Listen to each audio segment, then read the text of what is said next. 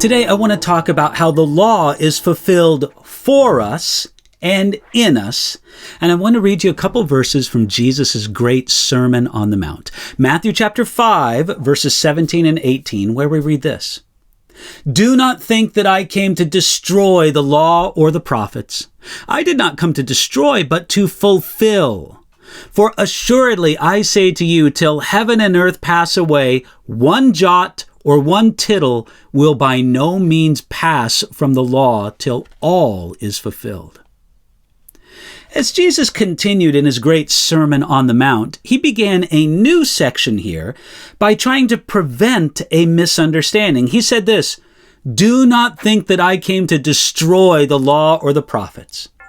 Jesus here began a long discussion of the law, and he wanted to make it clear at the beginning that he did not oppose what God gave Israel in what we call the Old Testament.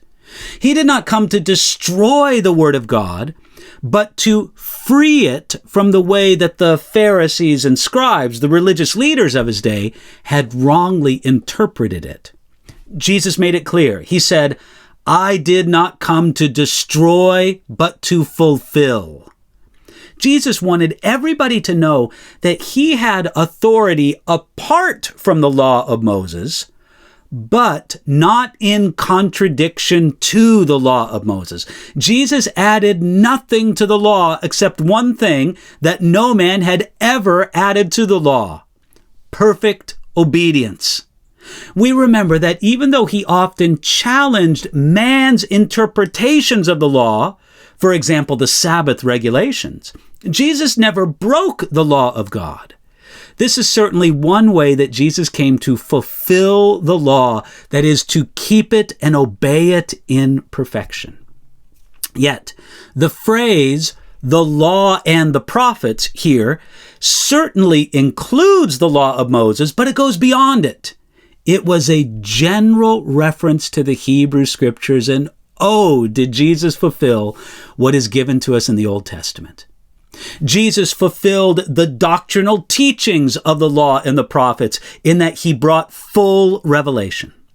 Jesus fulfilled the predictive prophecy of the law and the prophets in that he is the promised one, showing the reality behind the shadows. Jesus fulfilled the moral and legal demands of the law and the prophets in that he fully obeyed them and he interpreted them. Maybe I should say reinterpreted them in their truth.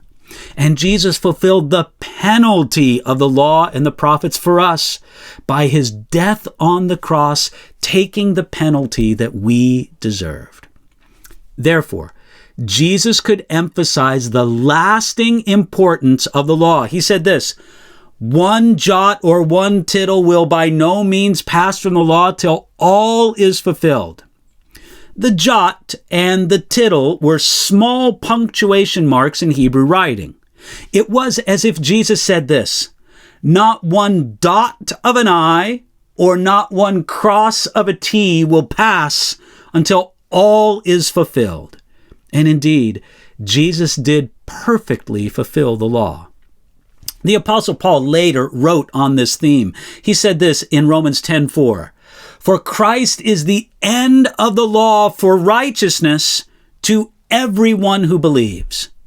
It is complete in him.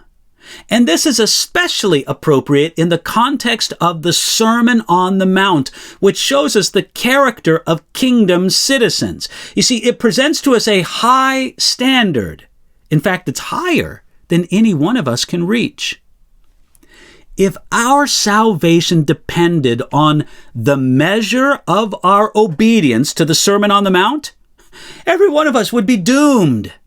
Yet knowing that Jesus is the end of the law for righteousness to everyone who believes relieves us of the need to earn our salvation by our own fulfillment of the law. And it gives us, by faith, the gift that Jesus earned for us. Now, having received that righteousness, we go out and live as citizens of his kingdom, the kind of life described in the Sermon on the Mount. Our obedience is still present, and it's still necessary, but as a response to the righteousness we receive in Jesus, not as a requirement to receive righteousness. Today, thank Jesus for fulfilling the law for us, and by faith, receive it.